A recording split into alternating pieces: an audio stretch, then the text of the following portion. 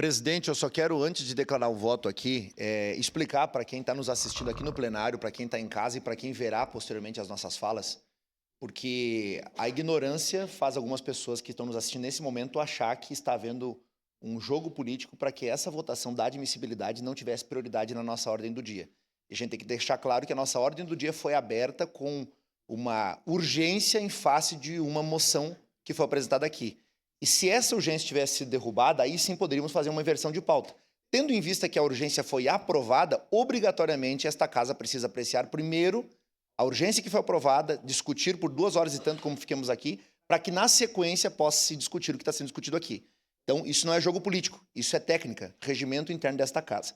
Dito isso, eu quero dizer que, de fato, eu discordo da forma como se podem dar algumas fiscalizações.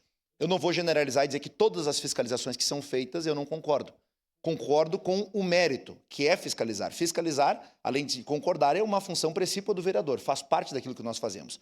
Agora, eu posso discordar da forma, da abordagem, da maneira, da publicidade que se dá, de concordar com o que está sendo colocado.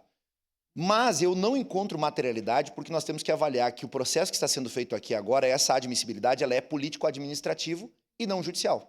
Quem apura o aspecto judicial é o Ministério Público, que vai encaminhar a denúncia, e aí isso vai dar sequência, se assim os autores acharem pertinente, ou isso vai se extinguir. O mérito aqui, ele é político-administrativo. Então, em que pese haverem discordâncias pontuais com relação à abordagem, que eu já falei, inclusive, pessoalmente ao vereador Iago e à vereadora Daiane, eu voto contra a admissibilidade, como votei anteriormente o vereador Iago, e declaro novamente contra a admissibilidade com relação a esse processo da vereadora Daiane Mello. Obrigado, presidente. Obrigado, vereador Caleb. Em declaração de voto,